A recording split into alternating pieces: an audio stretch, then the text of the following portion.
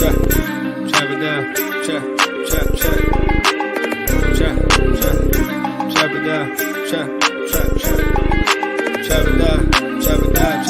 You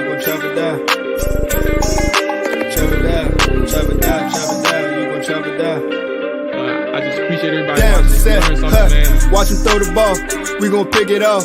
You gon' let him hit the hole or you gon' cut it off. You gon' play through fourth and long or you gon' punt it off. Your defenders, heavy hitters, put your pads in. Don't be looking for the ref to throw no flags in. Keep the helmet on, keep the cleats tight. You the type to want to win by any means, right? You should look alive. This is Trap or Dive. Yes, sir. Yes, sir. Welcome back to another episode of the Trap or Dive podcast, provided to you by 214 Media. Y'all know who it is, man. Mual, Dre, AJ, the fellas is in here after the bye week, man. Checking in because we got 4 more games left. Fellas, how y'all doing? Playoff mode. That's how I'm doing. You know what I'm saying? Game time, baby, huh? Bye week over. Now shit getting real. The word that AJ hate is the P word time. You ready to say it, AJ? He gotta say it. It ain't no choice. 6 seed, baby. Come on, AJ, say it. We can talk about it after Sunday night's game. Hey, let's go ahead before we even get started. Let's go ahead and get that audio thing situated right now. You remember how to get there, right, AJ? Through the settings. But it's the little AirPod issue again. Okay, hold on. All right. But yeah, man, Dre, talk to me right quick while AJ gets set up. How did that weekend treat you? I'm not gonna lie to you. When I was looking back at the games, getting ready for all 32 side, bro. I did not see. I had a feeling that Carolina would cover from a betting standpoint. I didn't think they was gonna beat Seattle. There was another game that just slipped my mind as I'm talking. But San Fran. I didn't think San Fran. I thought San Fran was going to win, but I didn't think they was going to smoke the Bucks like they did, bro. Like think that. Them boys look real, bro. They look real. They destroyed Tampa Bay, and you know this is what I actually been talking about the last couple of weeks. With San Fran, to me, is the best team in the NFC. I know everybody's on the Eagles, but I think at the end of the day, when it comes down to it, San Fran is going to be the team to beat. I definitely overlooked what you just said. You said best team in the NFC. I think San Fran is the best team in the NFC. We're saying with Jimmy though. But I don't even know if it matters, honestly. Now, what I will say is I agree, like from an overall standpoint, like competing in the NFC. But in terms of the best team, like I think technical. So that's just me to a default. Yeah. But technically speaking, I think while the team is it insulates the quarterback like in a great way. Exactly. I think that Jimmy G can still operate. I trust Jimmy G more than I trust a rookie. That's true. I do. I do. But I mean, and we'll see where this conversation goes at in a couple of weeks when, you know, as people say, you know, teams start getting tape on Brock Purdy. You know, we'll see if something changes, you know, with that aspect in a couple of weeks. But right now, I just think they have a stacked roster and the style of play they have, you know, it's working in this conference, especially in the NFC, where you don't really have, you know, one of those AFC top flight quarterbacks. Like I feel like the AFC is where you need probably that quarterback that's going to compete with the Patrick Mahomes or the Joe Burrows. But in the NFC, you don't have that. A lot of the NFC's best teams are kind of built the same way. And to me, it's about who's going to run it the best. And I think San Francisco runs it the best. I mean, that's just like, I think they're the best team in the NFC. The best running back that's out of here. That too. Christian McCaffrey, you know, and just like I think they are the best team in the NFC, I got another hot take too. It might be a hot take, but I think Detroit is the best team in the NFC North. I don't think that's hot anymore. I agree with you. And it's crazy. Like now I'll forever, like when it comes to predictions and I'm a competitor. So I did have the Vikings winning the division. I think they do win the division, but that means nothing compared to, or when it comes to how they're playing right now, how the Lions are playing. Them boys are hot, bro. And that shit is crazy because like middle of the season, I just thought it was just another Detroit team. Yeah. And then all of a sudden you start to see things turn the corner with these guys. They start getting on a hot streak. That offense always been around, but like I think they well coached. They real well coached. You think so? I think so. I think Dan Campbell does a good job with those dudes, man. I think they're buying into what he's selling. Is it good enough though? AJ, let's get in. Let's see if we can get a check with you as well with this conversation. See if your mic is straight. But is it good enough to even make the playoffs, or did they start off too far behind? Oh, it's good enough because they're only one game behind the playoffs right now. If we beat the Giants this coming weekend, Seattle loses a game, they're right there with them. If they obviously they have to take care of business on their end, but yeah, I mean, they're right there in the mix right now. What's going on, JB? AJ, where you at? How you feeling, boss man? How was your weekend? Your thoughts on the games this weekend, all that good stuff, and then we go ahead and get right into the coaches speak. Yeah, man, I'm cool, man. I definitely don't know if I necessarily agree with the Detroit being the best team in the NFC North. I feel like they do have momentum. Minnesota needs to work on their defense. That's huge for them. That's not going to happen this season. Yeah, they're just not clicking with the scheme overall, and the players trying to mesh up with it. But I mean, who do you think the team in the North is? Or are you still sticking with the Vikings right now, and you're saying you're just not sure about Detroit yet? Yeah, I still got to go with Minnesota Vikings because the whole fact of their defense is just not good enough, but their offense, they can still produce with Dalvin Cook and Justin Jefferson out there. Kirk Cousins is taking more risks, throwing him the ball. But, I mean, overall, I think the NFC is wide open. I don't think there's a definitive number one team. Even though the Eagles have the best record, I still feel like they're beatable if you can just, play smart football. I mean, you seen the game against the Giants. Like, unfortunately, the Washington game won't be that close with the Giants this week because they don't have a balance. They don't have a great play caller. If you have a great play caller going against the Giants defense, you can take advantage of a lot of things. But, San Francisco, I seen some people saying that San Francisco reminds them of Washington. And I was like, I don't understand how. Like, San Francisco defense is aggressive as hell. Like, no matter who they face. It doesn't matter if it's a dual threat quarterback, a pocket quarterback. Doesn't matter who's the weapons on the outside, who's the running back. Like, they're aggressive no matter what. But I feel like Kyle Shanahan is so masterful with his play calling and his scheme that, yes, you can plug and play a quarterback into that. Like, Purdy has an arm on him. He may not be, a highly touted prospect, but he can make the plays necessary within that offense to make things happen, and it all plays on and predicated based on how Kyle Shanahan calls the run game and also the passing game. It'll just be a little bit interesting to see how it goes without Deebo Samuel the rest of the way until maybe like the last week or so regular season. You know what kills me, bro? Like, I don't know, and it may just be the case that people may not have known who Brock Purdy was before he got into the NFL. But like, I when people talk about how they label him, now technically, sure, Mr. Relevant, that is your title. You was the last person to draft. But bruh, if you've seen him play at Iowa State, like, he played with so much composure. He made big time throws at Iowa State. Like, some of the stuff that they're asking him to do is something that he's not unfamiliar with. So like, sometimes when I see the label of who Brock Purdy is, and like how people identify him, because like the main conversation within our realm, within Commander's realm, is Brock Purdy is ready to go. How come Sam Howell isn't playing? Like, they have been doing it all year. They did it with Brock Purdy. They did it with the dude in New England from Western Kentucky. There was somebody else that slipped in my mind. But like, they do this with all these rookies. And I'm not even like getting into the argument itself. But when you look at Purdy and just understanding who he is as himself, like, I don't think that label, they're winning with a Mr. Irrelevant in San Francisco, is a fair one for a person who clearly has a background in a pedigree that he can win in some big spots. And that's kind of where I'm at with Purdy. And I don't know, in terms of like the fan base, I don't know, like, if they really seen Purdy at Iowa State. I may be underestimating, or I may just be spot on. But I just think that what they're doing in San Francisco, I agree. No, actually, two things, AJ. I agree with what you're saying in that they're not San Fran. But I do believe that Washington is like San Fran Jr. Like, they are trying to emulate what San Fran is doing over there. They don't have the coaching staff. That's obvious. They don't have Cal. They don't have D'Amico. I think that's D'Amico. And then they don't have the offensive line in place. And then you already spoke on it. They don't have the defense. They don't even have a Bosa. Like, they don't have a Bosa, and that's not like a knock to Jonathan Allen or Deron Payne, who are some dogs in the interior. And we don't know much about Chase Young. I'm not going to claim him to be anything. I'm not even saying good or bad. But they don't have a Bosa. It's plain and simple. They don't have a Fred Warner. It's plain and simple.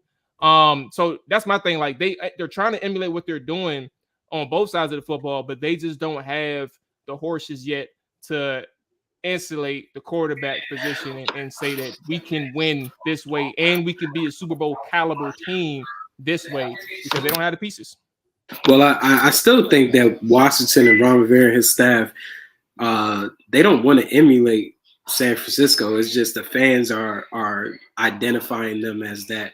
I still think that Ron wants to be the Buffalo Bills, you know, he wants to play great defense, but he also wants his quarterback to be heavily involved in the passing game.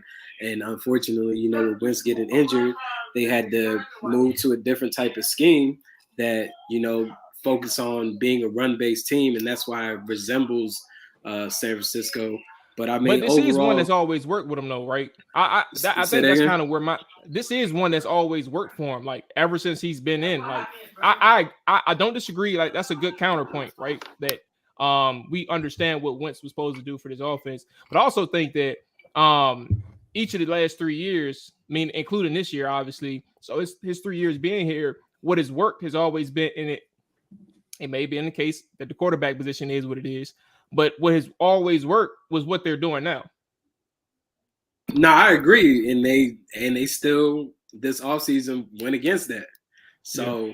I mean, we've seen that the running game has always been favorable for them because they don't have a quarterback and they don't have a play caller that knows how to play within those confines. And I think it also is a fair conversation for some of the fans to bring up Brock Purdy versus possibly the Sam Howell thing or whatever.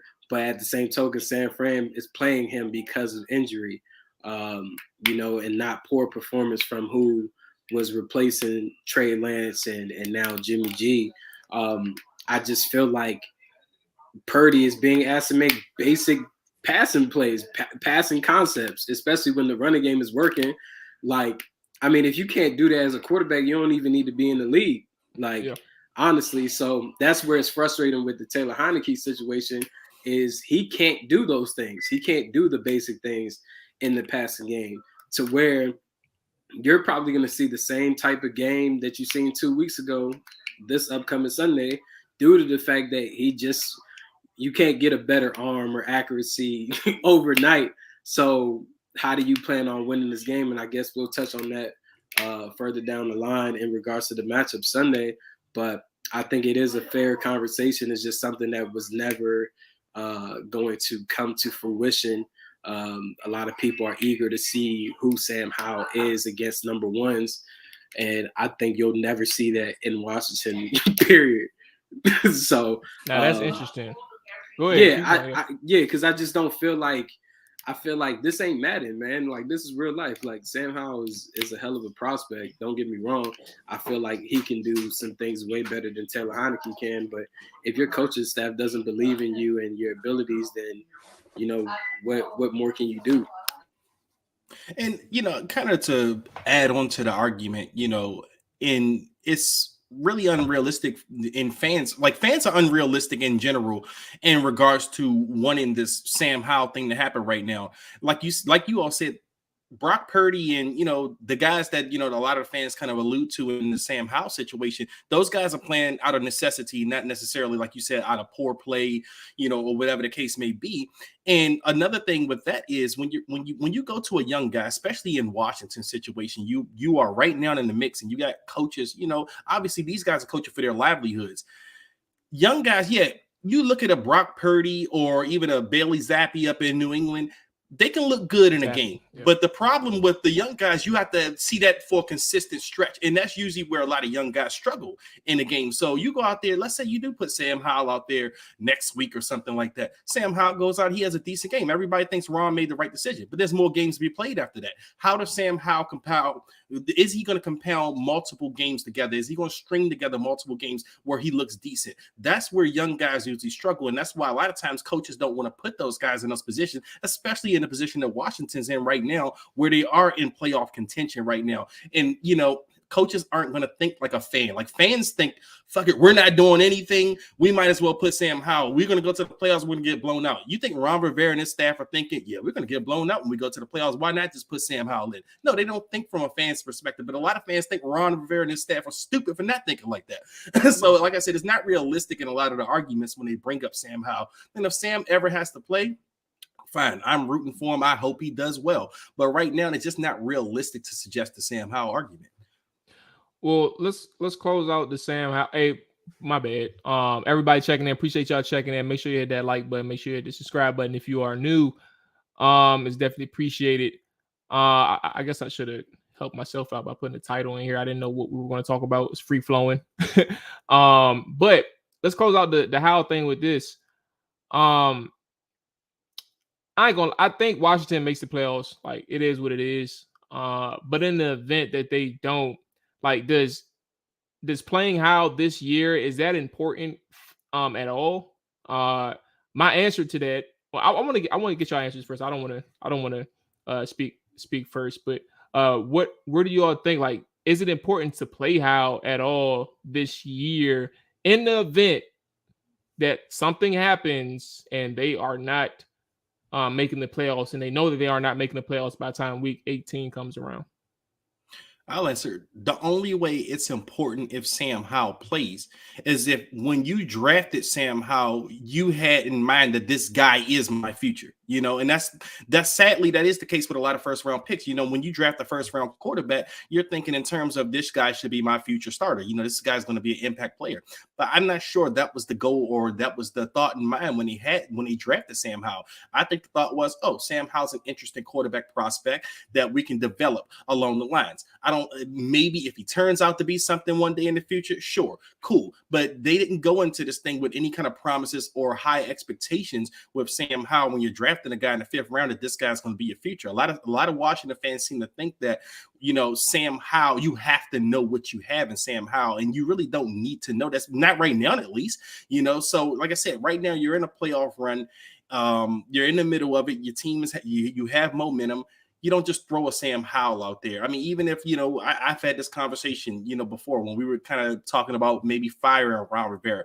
A lot of Washington fans thought that the next coach had to come in and develop Sam Howell and be the starting quarterback. I said, no, you don't owe that. No one owes Sam Howell anything. If anything, that's Ron's guy. But, that's all about what the staff thinks of Sam Howell. And I'm not sure they quite think Sam Howell or is the franchise quarterback. Then if Sam Howell comes in and does great, and he exceeds expectations, that's fine. That's a bonus. That's a luxury. But I don't think the expectation for Sam Howell is that he is that guy. I mean, especially not where you drafted him. Yeah, bro, I'm in that same boat, man. It doesn't have to be this year. It don't have to be no year. It's not going to happen. Like, you cannot tie your coaching regime under a 5th round pick. Like, you can't go into a battle next year, quarterbacks, with Sam Howell, your 5th round pick, and whoever else you bring in, like, or even if you re-sign Taylor, you just can't do that. That'd be irresponsible. Yeah, I mean, you said it best. Really, like, at the end of the day, Washington, and I think that's probably the hardest part for maybe a lot of people to realize too, because, like, they're trying to factor in Sam for 2022. But at the end of the day, you're going to be looking for a quarterback next year. Like AJ said it, you're not going to tie anything to a 5th round draft pick. And I think the only thing that would have saved Sam Howell and would have gave them some type of idea who they had at quarterback was if he played this year. And if Washington went downhill in terms of, like, the playoff race, and they could have invested multiple games into evaluating Sam Howell. That was the only way that probably would have gave them a chance. Like, all right, we're not going to draft a guy, or maybe we do, but we're not going to draft a guy as high as we wanted to. We're going to give you some competition and maybe work from there. But to your point, like you said, at the end of the day, truth is they're going to be getting a guy. They're going to be drafting somebody. And let's keep it a buck. And that's probably one of the reasons why we don't see Taylor Heinicke running. Because if he gets hurt, he know that Sam Howell is going to replace him. And he just got drafted this year. They don't have to pay him. They don't have to re-up on the deal. If he goes out there and he does average or just above what he produces on the field, he's without a job within Washington. Like, I don't really know what the scope is for Taylor Heinicke to get another job with other teams, like, because he just don't have the intangibles. So it's like, you think about all that. It's just the human element. Like, man, if I go out here and I run for this first down, I get my ass knocked out, Sam Howell coming in, and I'm fucked. But yeah, I think that's Taylor Heinicke's mindset, regardless of who's behind him. Because I mean, now you're going to be bringing Carson Wentz off of IR this week. He's activated now. I think he'll probably be the backup quarterback this week. If Heinicke gets injured, they put Wentz back in. I don't think there's a scenario where they go back to Heinicke. So I mean, regardless, I think this probably is his last chance for a while, at least being a starter for any kind of long-term period. I'm not gonna lie to you though, bro. He gonna get a chance to compete somewhere. If he don't stay in Washington, he gonna get a chance to compete. I mean, like, Colt McCoy's out there starting, so I know bullshit, but Colt, what age does Colt sign with Arizona? Like 32? Colt came out the same year as RG3 them, right? I think it was around that time. 2010. Yeah, that's 2012. Yeah, I mean, but you talking about somebody that literally can break down the game, different nuances. Like, Taylor ain't that guy. I just, like I said, I really don't know what the market is. He's not that guy.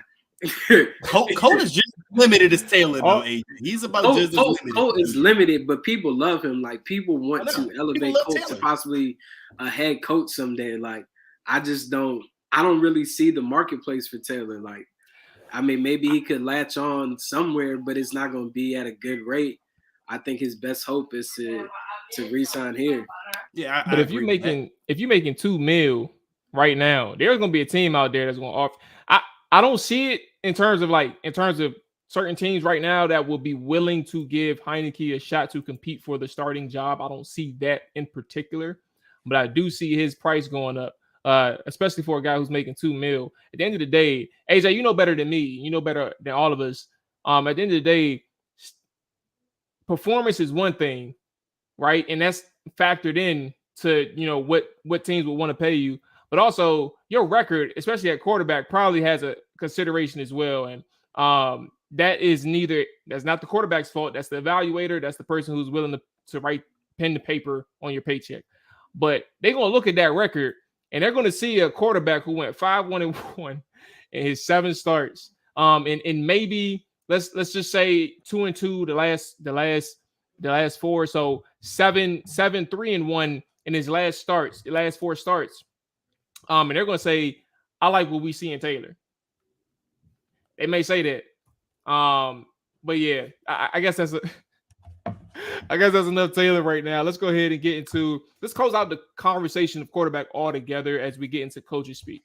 And Ron Rivera has some final words on Carson in terms of this week heading into the Giants game. He said the following on his presser today, quote unquote, he's looked good. He's had a couple of good weeks of work. The first week he was on the side, and the second week he was integrated into some of the defensive stuff. He threw with the receivers, and then last week he was off. We chose not to make a move last week, and then we made the move yesterday to activate him. Think everything should go accordingly. He'll be primarily the backup going into this game, and we'll go from there. So my thing is, what's going on, Outlaw? Appreciate you checking in. He said give Howell a chance to start next season. So don't forget what you said, Outlaw. Let's circle back when the all season is over. When the all season comes here, so we can top it up and figure that out. I know that's a little ways away. We got playoffs coming around, but yeah, we're gonna have a conversation about Sam Howell. All right, so there's Carson Wentz. There's a quote from Ron Rivera. AJ, where are you at in terms of what he said, but also understanding that he is viewed as the primary backup going into the Giants game? My quick thing, because I don't have much to say, my quick thing is just that it took me. I don't remember who said this, but it just brought to my light. Like Chase Young was also activated off of the PUP or IR or whatever, and he hasn't played yet. He was activated. He hasn't played yet. So it'll be interesting to see how they kind of maneuver, like from an official standpoint, where they want Carson to go if Carson is actually healthy altogether. But that's the first thing. The second thing is, I I don't really see a huge deal with him being the backup right out the gate, given the last 7 games. Floor is yours. Yeah, I mean, I think Taylor's on a short leash. I mean, the offense has not been productive to say like, hey, Taylor should stick in there, and we know they're not winning because of him. And fortunately for them, coming off the bye, they're playing an opponent that they played right before the bye. So we've seen in that game that Taylor Heinicke had 41 in the passing attempts, and a lot of those attempts did not look good. and they really couldn't move the ball in the passing game at all. And they were kind of struggling in the run game too, due to that. Like a lot of guys were being missed and things of that nature. So I just feel like if Taylor Heinicke comes in there and he starts messing up, if he throws a pick, there's an opportunity for Wentz to come back in. I think Wentz has been back practicing for to be clear, you're saying mid-game? 3 weeks. Yeah, I think Taylor's on a short leash. Like, why wouldn't you make the move? I mean, this is an opponent that you already have faced just a couple weeks ago, so you kind of know what they're bringing to the table, and you also know your limitations within your game plan.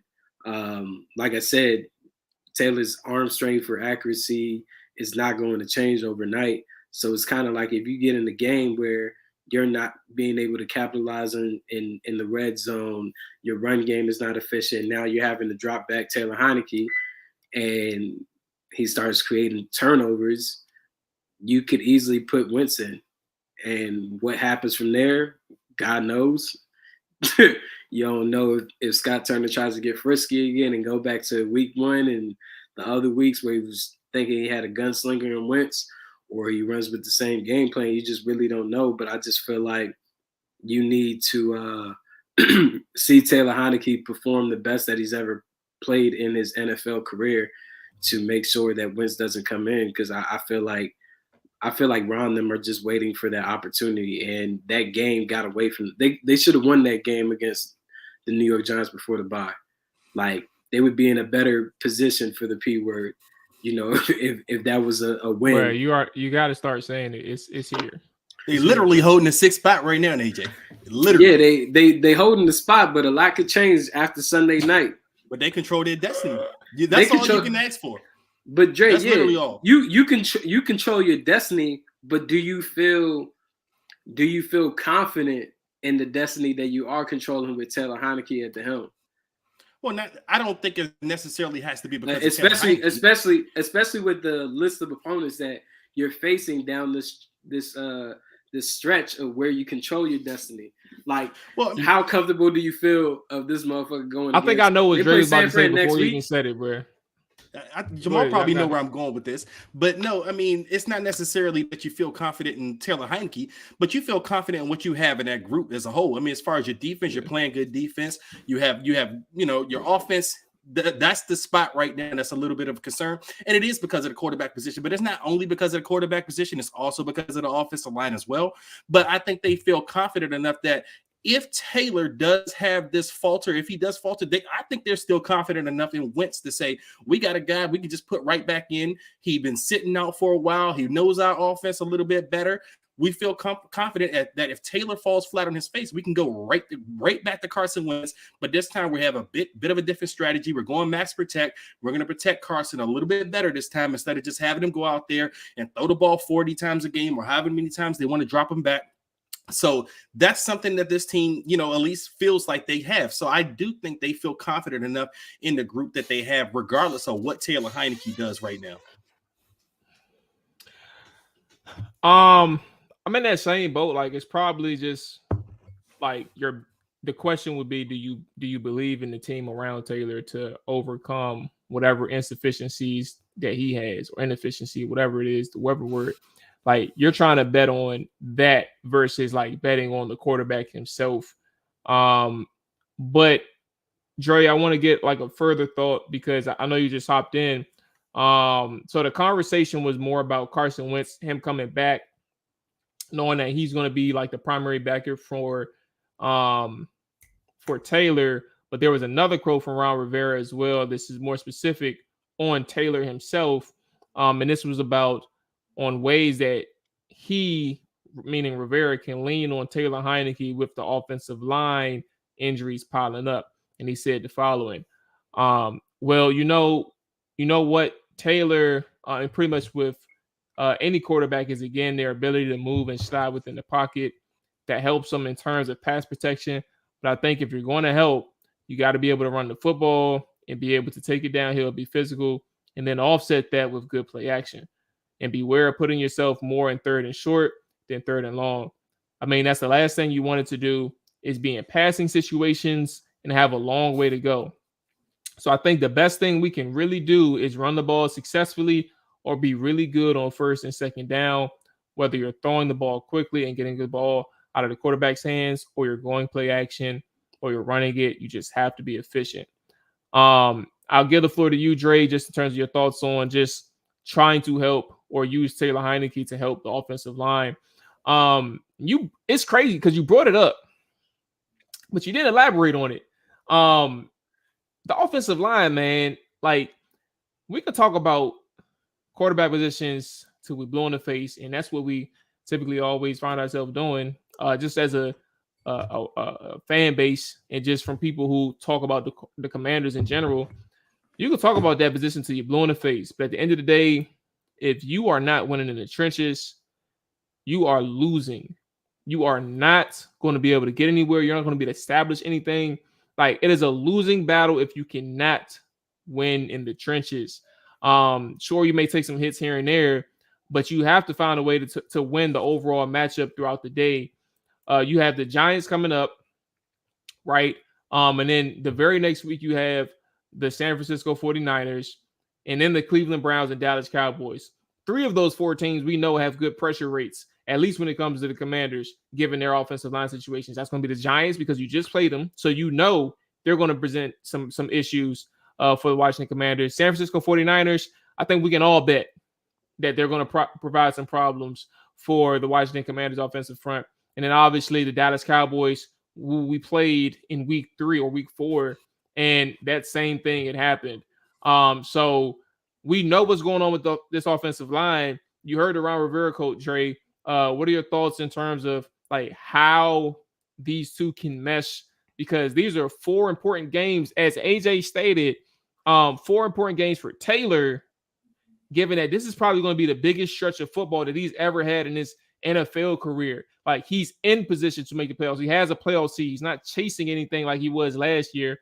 And then he's not coming in 2020 in a spot where he's an emergency backup. Like, you have the starting quarterback position. You are 2 games above 500. You have the 6th seed in the NFC. How do you help out this offense in a situation where your team is going to really need it, especially with a fluctuating offensive line? They're just going to have to keep on what they were doing during this streak in power running. And this was something I was watching in the Eagles and Giants game this week that I noticed the difference, especially this is the offensive line I'm talking about here. And whereas Taylor was getting sacked on a lot of plays, and Giants were getting instant pressure on a lot of those plays. Like, Taylor couldn't even use his mobility to get out of a lot of those sacks. But the Eagles didn't have that issue against the Giants. Like, they were able to get the ball out of Jalen Hurts' hands pretty quickly. Now, I don't know if this is going to be something that Ron and them are going to at least try to watch, but because the Eagles did pass the ball a lot, I don't think that's the measure of success for Washington. I don't think that's Washington's path to success at all with either quarterback, whether it's Wentz or Heinicke, is passing the ball more. Eagles were able to do that. They have that luxury because their offensive line is better than our offensive line. So they're going to have to use Brian Robinson a lot more. I mean, obviously, they've been using him a lot more over the past couple of weeks. Antonio Gibson, these are going to be the bell cows that they're going to have to be relying on over this stretch because, you know, as you mentioned, these next 4 games, you're playing teams that can get to the quarterback. Even Cleveland Browns. I mean, you have Myles Garrett up there in Cleveland. So you're going to have to worry about that, you know, the pressure, you know, in these games and how to protect these quarterbacks, whether it's Wentz or Heinicke. But I don't think the answer will be dropping these guys back a lot more. If you are going to drop them back, you're going to have to, you know, manipulate the pocket. You're going to have to get these guys out in play action. You know, you're going to have to get Taylor moving, but you can't have him sitting back there as a lame duck. And one thing about Taylor and a weakness with him is he sits in the pocket, he doesn't anticipate well. Like if he's sitting in the pocket, a lot of his throws are missing because first off, he doesn't have the arm talent to make up for when he anticipates late. When he gets the ball out late, he cannot make up for that mistake. It's going to be a mistake when he does that, and it happens a lot when he's sitting back in the pocket. And with this offensive line, you just can't afford it, especially with the center position. That is what really concerns me right now. Chase Roullier, of course, he went out as he did last year. Tyler Larson, I think he's a damn good backup, but he's out. He's out for the season. That hurt. Yes, that one really hurt. You're back to, I don't know if they're going to go to Wes Schweitzer or if they're going to go to Nick Martin at the center position, but that concerns me because I remember when Nick Martin came in against the Giants last week. My biggest concern with him from when he was playing in previous games, he snaps the ball too damn high. Like he consistently snaps the ball high. And I don't know if that's going to be an issue going forward if he's going to be a starter. But either way, this is a concern of mine, but this is something where the coaching staff is going to have to get together. They know their weaknesses. Now, how do you, counter those weaknesses? How do you get over those weaknesses? So we'll learn a lot from this bye week, and maybe they can learn a little bit from what the Eagles did, minus the passing a lot more part, but maybe getting more creative in the run game. Obviously, you might want to get Curtis Samuel more involved in the run game as well. Get your playmakers the ball. Don't have Heinicke hold on to the ball too long. Get the ball in your playmakers' hands, whether it's Brian Robinson, Antonio Gibson, Curtis Samuel. Obviously you're going to be getting the ball to Terry. They're definitely going to have to get Jahan more involved. I think he showed against the Giants the last game that he's ready to make an impact. Get him the ball. But either way, you don't want to rely on Taylor Heinicke to win these games. If that's the guy you're going with, you got to get him to get the ball out of his hands quickly, whether it's on run plays or if he's doing passing plays. But you can't have him sitting back in the pocket because he's either going to be getting sacked quickly or he's going to be making bad decisions because he doesn't anticipate quickly. I mean, I think that's why it's key that you need to have someone that can play off of the running game. That's your quarterback. Because, I mean, at the end of the day, you can only run the ball but so many times. Like, you become very predictable. And if your quarterback can't hit the basic concepts within your scheme, whether it be the crossers or it might be a little 10 to 15-yard pass, then you have major flaws. And as you've seen with the Eagles game, I don't think that their wide receivers are that much better than what Washington brings to the table. I feel like they just have a quarterback that knows how to throw the ball, better placement on the ball. Of course, he has a dual threat aspect, so it makes their DNs kind of play a little bit more disciplined to some degree, but they're still sending the same blitzes that they were sending towards Taylor Heinicke. It's just that they played off their run game so well, whether it was Miles Sanders, the backup, or Jalen Hurts, power runs and read options. They just played off of it better to where it opened up the passing game much more. Because honestly, Giants' weakest portion of their defense is their secondary. Like Julian Love is shit. He's shit. They cornerbacks are shit. And you need to be able to attack that. If you are going to counter what took place 2 weeks ago, you're going to have to start the game off trying to pass and seeing if you can get more things open out there and get your guys the ball to make some plays. Because, I mean, the 2 touchdowns that they did score against the Giants were, passes that were just in their playmakers' hands, and they made a touchdown and made some moves after the catch.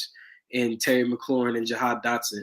That's why I said, like, the basic concepts of crossers and natural picks, like those things can help. But if Taylor ain't seeing it fast enough, you can't do anything. Like it makes it challenging as a play caller. Scott Turner's already not innovative enough to call a regular game. And I see comments in here. It's like, we already let Wentz do this before, like run the offense and get sacked, and we were losing.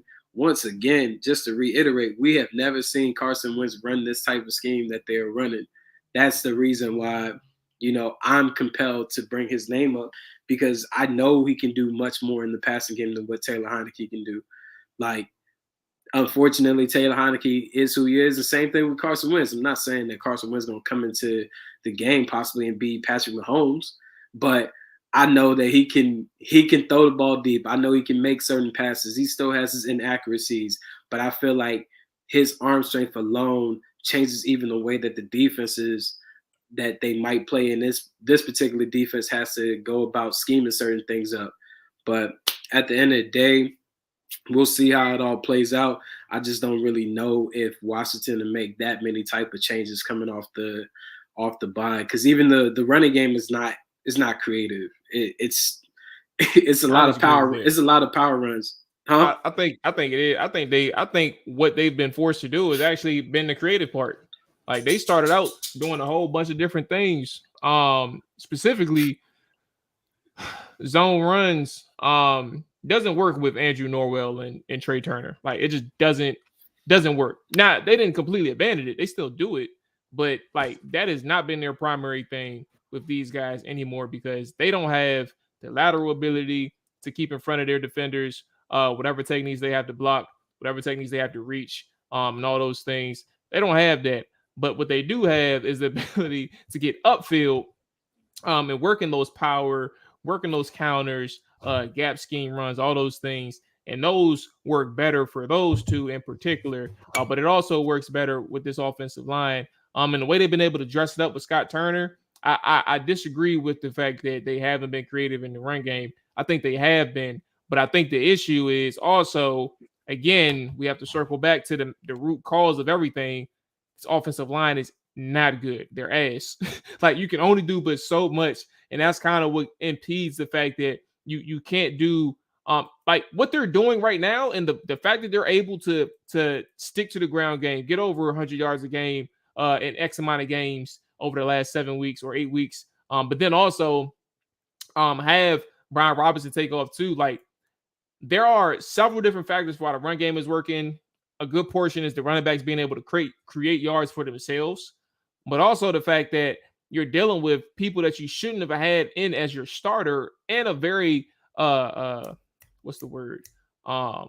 Offensive line that has seen so much turnover and it's not even week. It's not even the end of the season yet. So I do think the offensive line or the run game has been creative. I just don't think you have the horses to get everything that you want to done at an efficient manner in terms of creating lanes for your running backs. Like the running backs are doing a lot of work.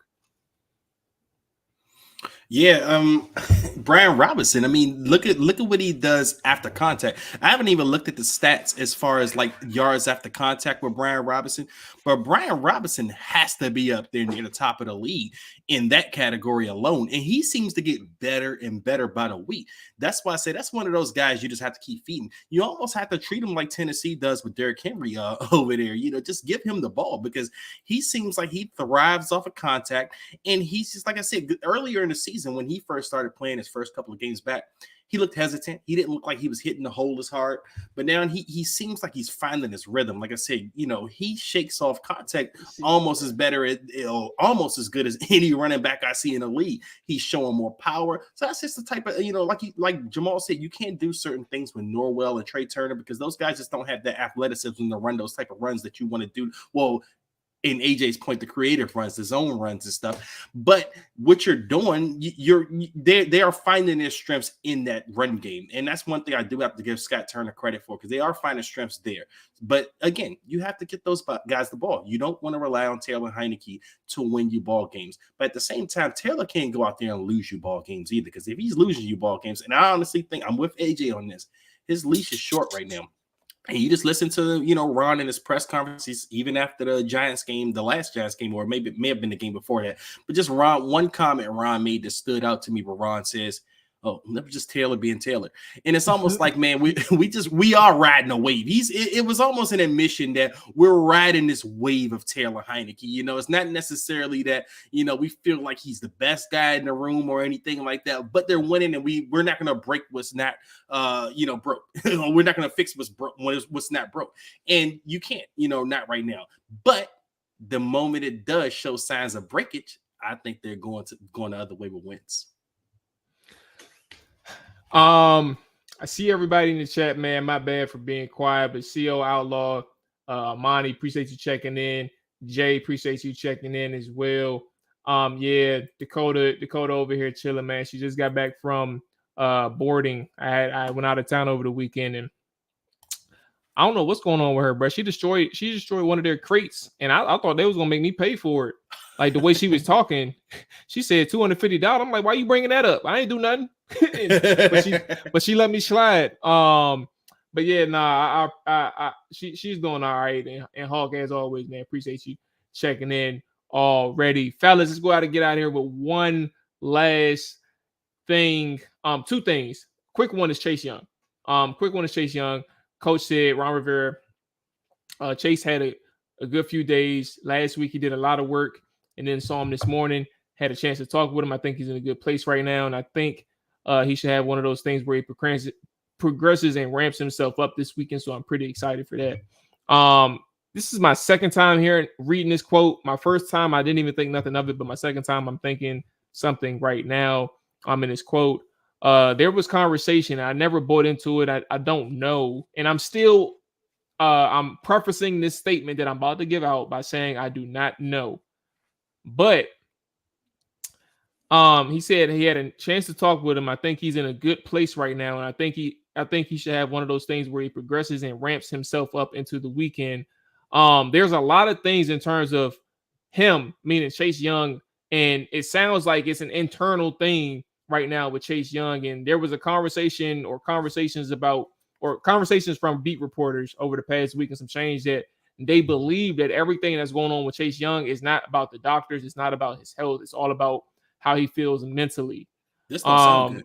Yeah. So like hearing what Ron Rivera said in that response has me thinking that I don't want to exacerbate or exaggerate the issue, but at the same time, I do think that what Ron Rivera is saying is somewhat alluding to the fact that Chase Young has to get over something mentally. Like literally, he's saying this in his statement. It seems like he has to get over something mentally, and he has to challenge himself if he really wants to get back onto that field to do some things that they need to see from him. So those are the quote on Chase Young. Any comments on where you are with the player and the comment? Yeah, I mean, I think I always knew it was going to be tough for Chase because he's never suffered a major injury before in all of his football career. It's kind of like the same thing with Ben St. Juice last year with the concussion. A lot of people didn't know he never suffered a concussion in his football career previous to that. So, whereas some guys had concussions in the past and they knew how to bounce back, they knew the proper treatments, they knew how they were feeling throughout the week, they knew different symptoms to look for, what comes with it. He wasn't familiar with that. And those things had an effect on him, which led to him missing more games than maybe some guys might miss from concussions. But I think with Chase, the only way for him to get over that fear is to actually get on the damn field. Even if it's a snap count, like he has to play something. He has to feel the real life action of someone maybe attacking his legs and how he's going to react. He has to chase a quarterback to see how his body is going to react. And that's just something that, they got to provide him more mental support with. Because, I mean, it's challenging getting injured even as a regular civilian. So now imagine you're a football player and you got guys, especially at his position, that are going after your legs all the time. You're just thinking, damn, what if I have another setback? But you can't get reacclimated to that feeling of being back on the field until you actually get out there and suit up. So hopefully they give him that opportunity on prime time to do so and make him a situational pass rusher and help him get over that hurdle, because I feel like he wants to be out there, especially during this period of time.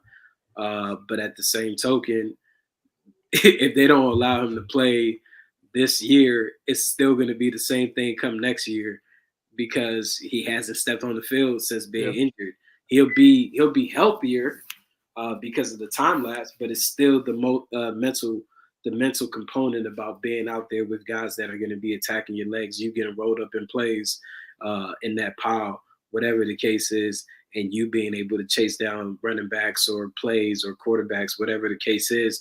But once he gets back into that groove, I think he'll be at peace mentally. But until then, he's just running around in practice, not touching nobody, not having no live bullets. That mental component is just going to continue. So they got to help him understand, like, hey, you're not going to get over this hurdle until you actually suit up. Whether you play 5 snaps, 15 snaps, you need to play some type of snaps.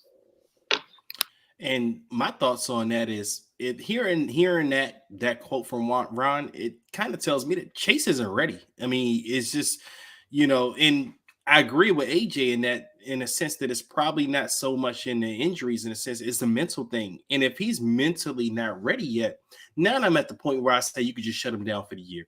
Let him get his mind right, because you can't go out there, in a timid on a football field at that high of a level with any kind of timidness, like any kind of I'm not ready for this thing mentality, because you're just going to go out there and get hurt again.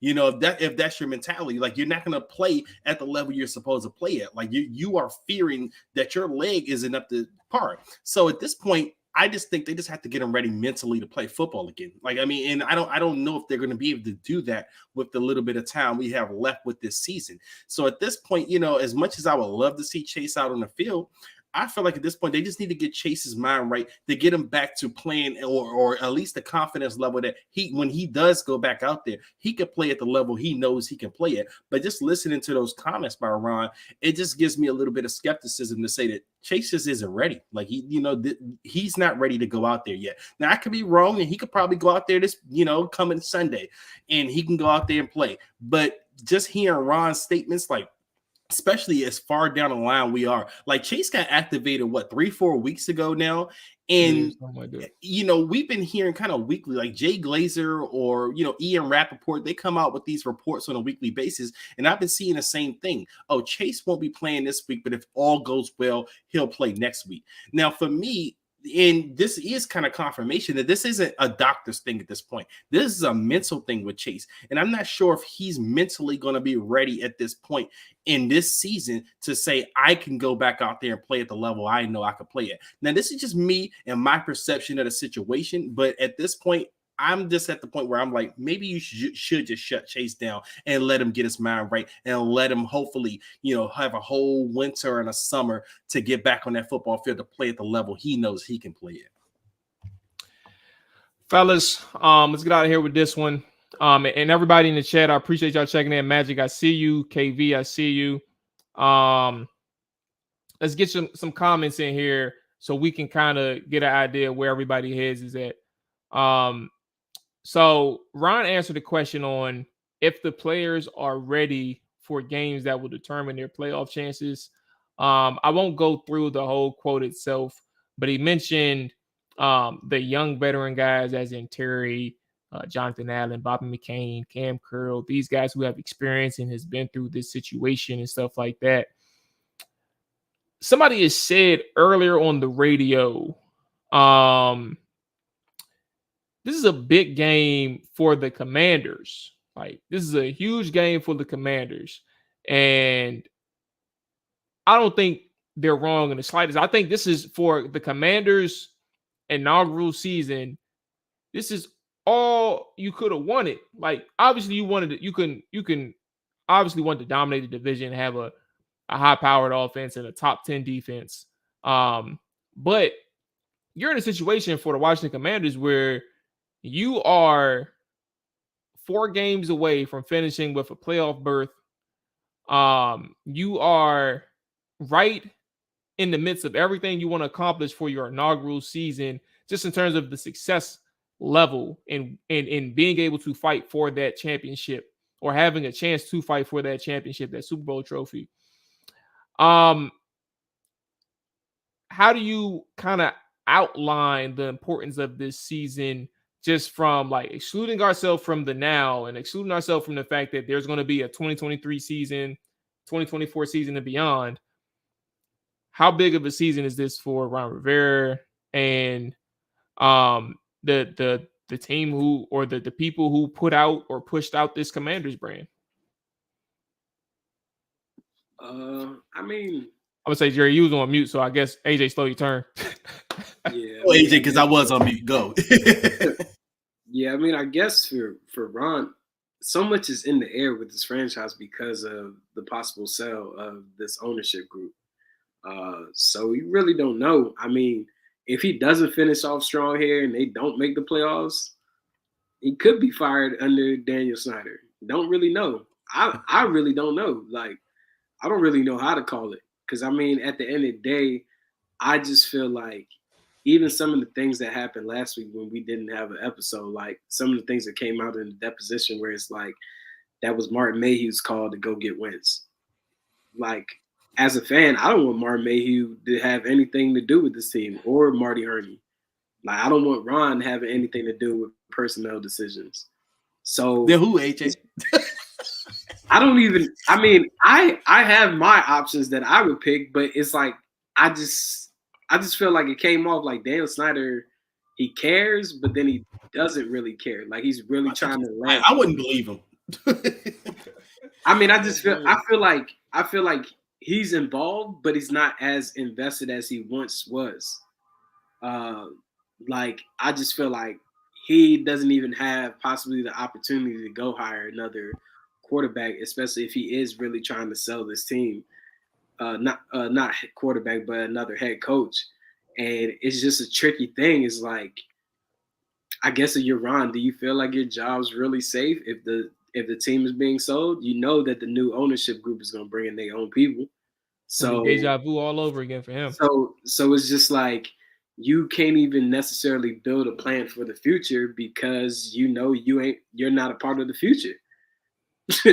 Like it's just a tricky situation for this organization and the fan base, because if we knew clearly that this team was being sold for sure, like we're up in limbo. We don't know if they're trying to sell a portion. We don't know if they're trying to do a full sale. We keep hearing that it's a full sale, but until it actually happens, everybody's in limbo. If Ron makes the playoffs, you know, that's great for the fan base. I mean, I don't see them being competitive if they make the playoffs, but at the end of the day, if they don't, then what? You know, like what's next? Like, how do you necessarily improve this team?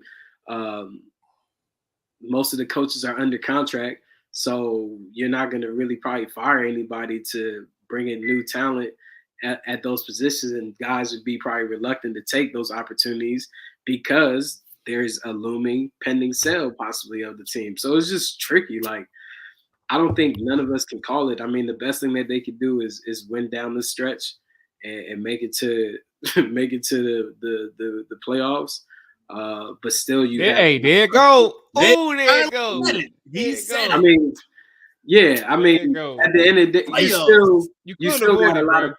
Even if you do make the P word, you know. Nah, it's too late, bro. You can't take it back now. It's too late, dog. You still got a bunch of questions for your off season, and it's just confusing as a fan. So, I mean, I hope that they possibly do make the P word for the fans so that they can feel a little bit at ease. But you still got a lot of questions with your offensive line, your quarterback room. You definitely got some players that you need to speak with about releasing and possibly restructuring, whether it be the Kendall Fullers, the Charles Lenos, definitely the elephant in the room, Carson Wentz. Yeah, so it's just the best thing you could do is make the P word. Where you at, Dre? So, I mean, this is an important season, and AJ's right as far as the looming question with the ownership questions, but this was an important season before any of that to Ron Rivera. Remember, Ron Rivera kind of backed himself in the corner whenever he talked about this season.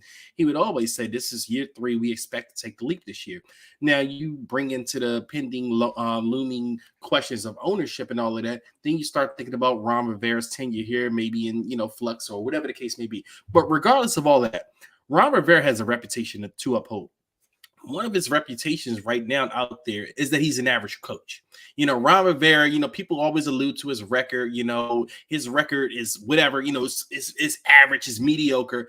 But Ron Rivera's coaching for his legacy at this point. He's made one Super Bowl in his career. He didn't win the Super Bowl, but he made one Super Bowl. And now he's playing in a season where he feels like this is his best roster here in Washington, at least, minus the quarterback position. They thought they had the quarterback position figured out, but they still don't have that figured out. But either way, you're still in the mix right now in the NFC. And we talked about this early in the show.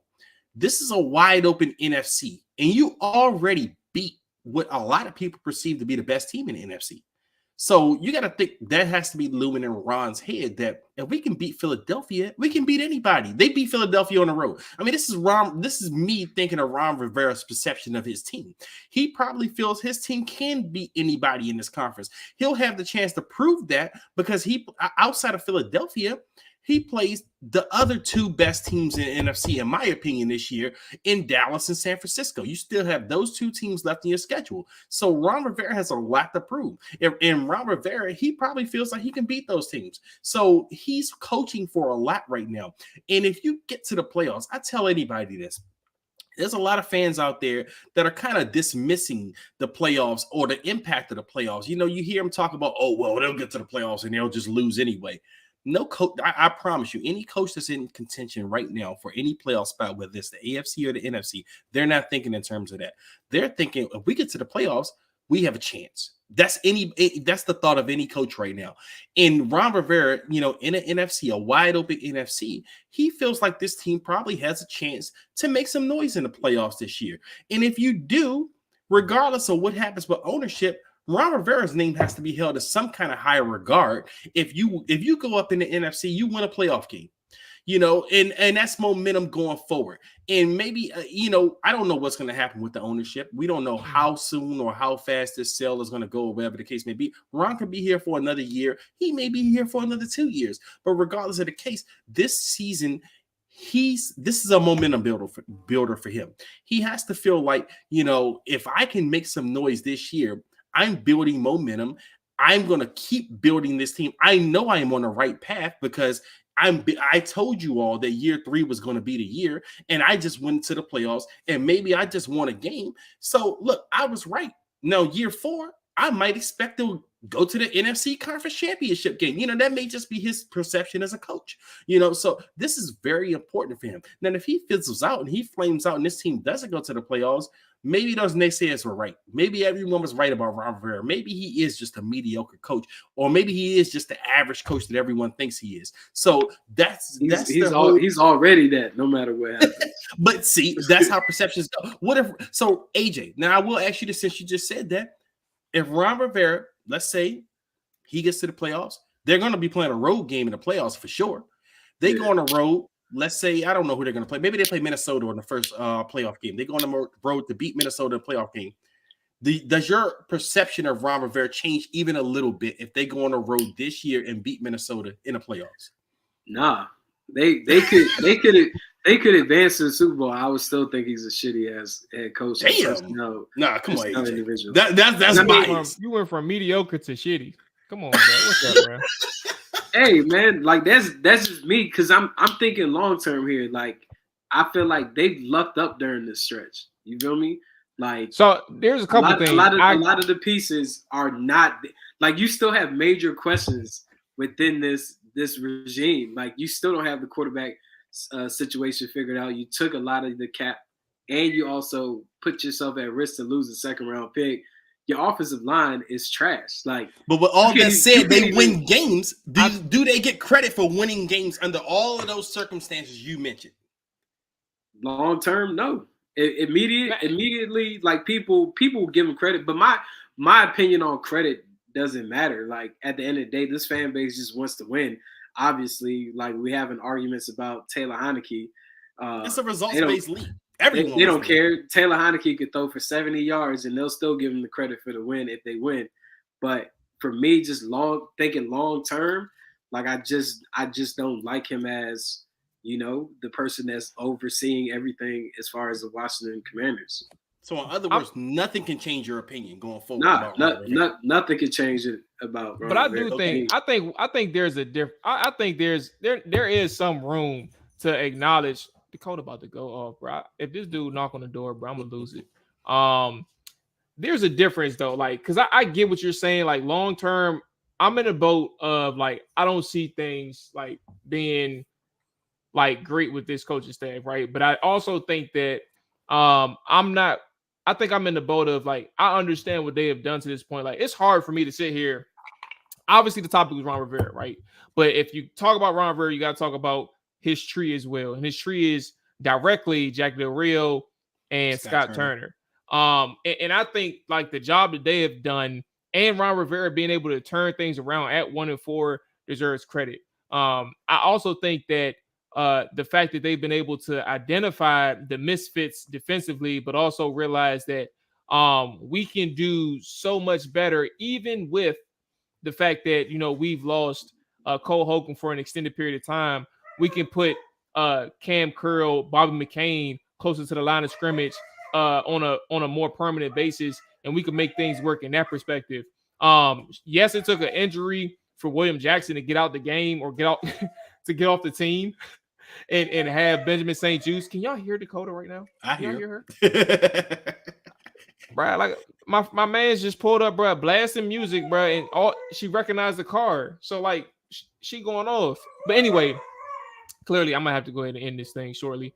But like my thing is like I just think it's hard to not give Rivera credit when you have a complete turnaround in the way in which they did. I agree with AJ that some of this stuff has been luck. Somebody disagreed. Jay said he wouldn't call some of these wins luck. I wouldn't call all of these wins luck. But if you're talking about a team who has won so many one-possession games, given the circumstances in which they've won them, like the goal line play against Atlanta, that was a very lucky play. The goal line play against Chicago, where they get a stop at the half-yard line, that was a very lucky play. Yes, you're in position, but you're fortunate because he wasn't in the end zone. Like, it is what it is. Like, those things exist. And the Vikings won most of their games like that. Exactly. And that's where I'm getting at. Like, and that's kind of why, like, Dre, what you said about Detroit and understanding where Minnesota is, like, Minnesota's trending down, but they're trending down because they were never really a 10-1 team. And that's kind of where it is. Like, how close, like how small of a margin they have been in terms of like trying to get these dubs. They just been on the winning side. That's all it is. So like to my point, I think that this team has severely or drastically, excuse me, is the better word, drastically improved. They've been more consistent as the weeks gone along. And that's contributing to them winning games. But I from a long-term perspective, I understand, and I'm with AJ, but from a perspective of what they're doing now, I can't sit here and not give these guys credit for turning things around this season. It's been a very good job, especially on the defensive side of the football, and Jack Del Rio finding what works best for this team, putting John Bostic in there in a situation where, I mean, he has to, but putting John Bostic in there and you're not losing much of anything at all. Like, he's still performing the job in which they want him to do, and he's very aware. He's a smart player on the field, and you're using him in a way that doesn't get him too exposed on the second and third levels. So I just think that those are things that you all have to factor in. I got to give these guys credit, man. They done a hell of a job. But that doesn't mean I see them sticking around for the long term. That's Ron Rivera and Scott Turner. Jack Del Rio, I think we're starting to see like why he was a dog as a coordinator again. And I agree. I mean, like you said, you got to give them credit. I know AJ don't want to give those guys credit, but you got to give those guys credit. I mean, this is a good stretch. I mean, they're 6-1-1 in this stretch, and they have a lot of issues. We've been noting, we've been talking about all of the issues all year long. Personnel issues, gaps in the off season, whatever the case may be, even the start of the season. I mean, those guys started 1-4 this season, and now they're 7-5-1 and in 6th seed in the NFC for the playoffs and controlling their own destiny with a couple of games left in the season or whatever. So, I don't know if fans' expectations may have been higher than this. I know a lot of people had predicted before the season that this was probably a 7-9 win team, and it looks to be the case. I mean, I'm pretty sure they'll probably get at least another couple of games, so they're right on pace to be where they probably should be. But they are in position to control their own destiny and go into the playoffs. And this is a conference that's kind of, I mean, it's not. They don't wide open. It is what it is. Yeah, it's wide open. Like I said, they don't have a Kansas City Chiefs type of team, but they got a Philadelphia Eagles team, that's been a media darling all year, and they actually went on the road and beat that team this year. I know a lot of people probably say, well, everything went right in that game, and maybe it did, but at the same time, you still got to give those guys credit. Not only the coaching staff, you got to give the players credit. They went out there and they executed the game plan. So, I mean, at some point, you got to ask, are these players buying into what these coaches are selling? And that's one of the biggest things I look at when I look at coaching. And I always say coaching, you look at the players on the field and they are a reflection of the coaches. And Washington is getting better as the season goes on. And, Mual, we talked about Minnesota. Minnesota's trending down. Washington has been trending up for weeks. And to me, the better teams, in my opinion, they get better as seasons go on. That is, they don't get worse as season goes on. So you have to kind of say this coaching staff, they could have, or the team is in general, they could have faltered or they could have choked or they could have just fell out of place when they were 1-4 and they could have just let the wheels fall off. But they didn't let the wheels fall off. They actually went on a run that no one kind of seen them go on. So at some point, just as we gave all of the coaching staff and those players, we gave them hell when they were 1-4. I was ready to fire everybody. I was AJ for a second. I was calling myself new AJ for the first 5 games. Yeah. I was new AJ, but now you see that these guys rally behind the coaching staff, and I was even hesitant at first to kind of give these guys credit. I was like, oh well, I'll wait a couple of weeks to say that they're doing this or that, but they have. They went out there and they've been executing and they've been putting themselves in position to win games. And even the one game they lost, the one game they lost and the one game they tied, they were in position to win those games. Like there's been no games in these stretches or, in a while where you could say, man, they didn't have a chance to win that game, or man, they was getting blown out in that game. They're getting better weekly. You just wish they started a little faster than they did. But whatever the case may be, you love to see a team get better as the season goes on. And that's kind of Ron's staple in the league. And that's probably why a lot of people think he's mediocre, because his team start off slow, but they finish fast. So, but either way, they're getting better as the season goes on. You have to give some credit to the coaching staff for that. How many wins do they need to? Well, how many wins will guarantee them lock within the race? Guarantee, I think 3, but I think they probably just need 2 more. Yeah, something like that. All right, bro. That's gonna wrap it up for us. Monty, I see you. What's going on with you, player? Appreciate you checking in. Fellas, we'll be back Thursday. I'm gonna try and get us a Giants guest. I'm gonna try to see if we can get a Commanders guest as well.